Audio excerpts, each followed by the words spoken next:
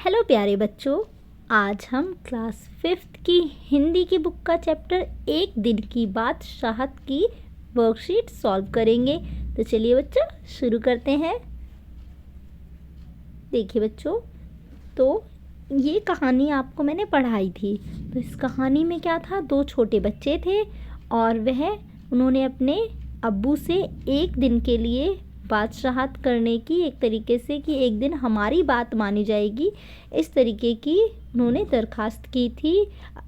मतलब ये बोला था कि हमें एक दिन के लिए आप, हमारा रूल चलेगा, है ना, तो हमारी बात मानी जाएगी। इस तरीके से ये चैप्टर है ताकि बच्चों की भी बातें मानी जाएं। और बस ये है इसमें कि जो बड़े हैं और बच्चे हैं सभी एक दूसरे की बात माने ताकि स्मूथली चीज़ें चल सकें। ठीक है। प्रश्न 1 है इसमें, निम्नलिखित वाक्यों को पाठ में हुई घटनाक्रम के अनुसार व्यवस्थित कीजिए। देखिए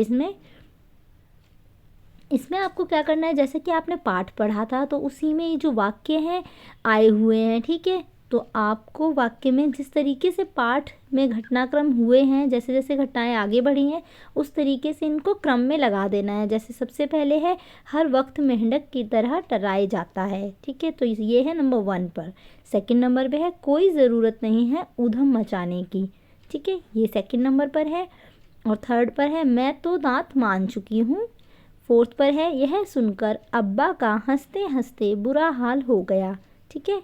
और लास्ट है, लेकिन मिठाइयों से रोटी कैसे खाई जाएगी, ये है 5th नंबर पर। ठीक है। अब नेक्स्ट है प्रश्न 2, निम्नलिखित शब्दों से वाक्य बनाइए। यहाँ पर आपको शब्द दिए हुए हैं और आपको उनसे वाक्य बनाने हैं। जैसे लहक लहक, लहकना है जैसे चमकना, आग लहक लहक कर जलती है। ठीक है। नेक्स्ट है पाबंदी, पाबंदी होती है रोक टोक, हमें किसी पर भी अनावश्यक पाबंदी नहीं लगानी चाहिए, मतलब ज़रूरत ना हो तो किसी पर रोक टोक नहीं लगानी चाहिए। ठीक है। अब नेक्स्ट है इसमें दरखास्त, दरखास्त का है, मैंने कलेक्टर साहब के दफ्तर में दरखास्त दे दी है। ठीक है, अर्जी देना एक तरीके से। फोर्थ है चीखना चिल्लाना, जब सोहन की पेंसिल टूट गई तो उसने चीखना चिल्लाना शुरू कर दिया। फिफ्थ है इजाज़त, इजाज़त मांगना। तो देखिए हमें हर काम करने से पहले अपने माता पिता की इजाज़त लेनी चाहिए, मंजूरी लेनी चाहिए। ठीक है। आप देखिए नेक्स्ट है काल के भेद, काल के बारे में बताया हुआ है यहाँ पर आपको, जैसे भूतकाल, वर्तमान काल, भविष्यत काल। ठीक है। काल से हमें क्या पता चलता है, कोई भी काम किस समय पर हो रहा है, तो भूतकाल होता है। अब इसके बारे में जान लेते हैं आगे। देखिए काल 3 प्रकार के होते हैं। वर्तमान काल, वर्तमान क्या होता है बच्चों, क्रिया के जिस रूप से उसके वर्तमान समय में होने का बोध हो, जैसे जल्दी सो जाओ।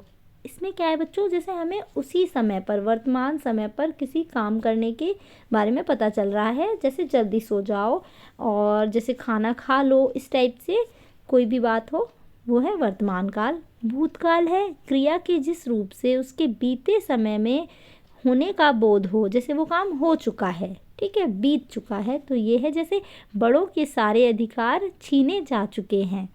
ठीक है। अब लास्ट है, फिर थर्ड है भविष्यत काल, क्रिया के जिस रूप से उसके आने वाले समय में होने का बोध हो, जैसे शाम को मैं देर से आऊँगा। तो ये क्या है, ये भविष्य में वो काम करेगा। ठीक है, आने वाले समय में, तो शाम को वो देर से आएगा। ठीक है, इस तरीके से। अब नेक्स्ट है इसमें अभ्यास कार्य आपका। देखिए निम्नलिखित वाक्यों को निर्देशानुसार बदलकर लिखिए। यहाँ पर क्या है, आपको कुछ वाक्य दिए हुए हैं और साइड में उनको एक कालों में चेंज करना है, काल दिए हुए हैं कि आप कौन से काल में उसे बदलना है। देखिए जैसे रोज़ सलीम को ज़बरदस्ती भगाकर हंसते हैं, भूतकाल में इसे लिखना है, तो रोज़ सलीम को ज़बरदस्ती भगाकर हंसते थे, जैसे वो करते थे ऐसा काम। ठीक है। अब नेक्स्ट है, अब्बा अपने कपड़े देखकर सचमुच शर्मिंदा हो गए थे। तो वो शर्मिंदा हो गए थे, ये किस में लिखा हुआ है, अभी भूतकाल में लिखा हुआ है, बट आपको किस में चेंज करना है, वर्तमान काल में। तो ये इसका आएगा, अब्बा अपने कपड़े देखकर सचमुच शर्मिंदा हो रहे हैं, जैसे वो उस काम को अभी कर रहे हैं। ठीक है। अब नेक्स्ट है बेगम साहिबा आज क्या पका है। तो ये क्या है, वर्तमान काल में पूछा जा रहा है कि आज क्या पका है, पर इसे किस में लिखना है आपको, भविष्य काल में। बेगम साहिबा आज क्या पकेगा, ठीक है, क्या काम होगा, इस तरीके से। अब देखिए क्वेश्चन नंबर 4 है निम्नलिखित प्रश्नों के उत्तर लिखिए। इसमें क्या है, आपको इनके आंसर्स लिखने हैं। तो पहला है देखिए, आरिफ और सलीम को स्कूल के लिए कौन जगाता था। तो आपको यहाँ दिया हुआ है कि अम्मी या फिर आपा। तो जब आप कहानी पढ़ेंगे तो आप देखेंगे उसमें आपा दिया हुआ है, ठीक है। आरिफ और सलीम को स्कूल के लिए आपा जगाती थी, ठीक है। सेकंड है, आरिफ और सलीम ने किसकी खिदमत में दरखास्त पेश की।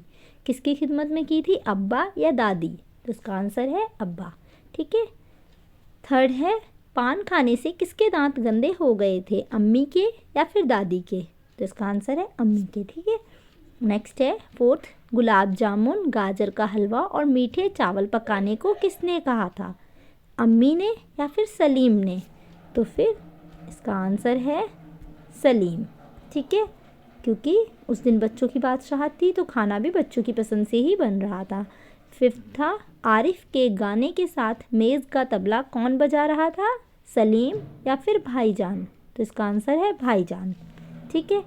अब देखिए प्रश्न 5 है, एक दिन की बादशाहत पाठ में आरिफ और सलीम ने अम्मी और आपा के डांटने पर ऐतराज़ जताया। आपको भी आपके माता पिता डांटते होंगे, हमें बड़े क्यों डांटते हैं, अपनी समझ के आधार पर लिखिए। तो आपको अपने अकॉर्डिंग लिखना है। मैंने यहाँ पर लिखा है, हमें बड़े हमारी भलाई के लिए डांटते हैं ताकि हम सही और गलत का फ़र्क समझ सकें और शुरू से ही अच्छी आदतें अपना कर अपने जीवन में आगे बढ़ सकें और कुछ बन सकें, ठीक है। इस तरीके से आप लोग लिख सकते हैं। ओके बच्चों, थैंक यू।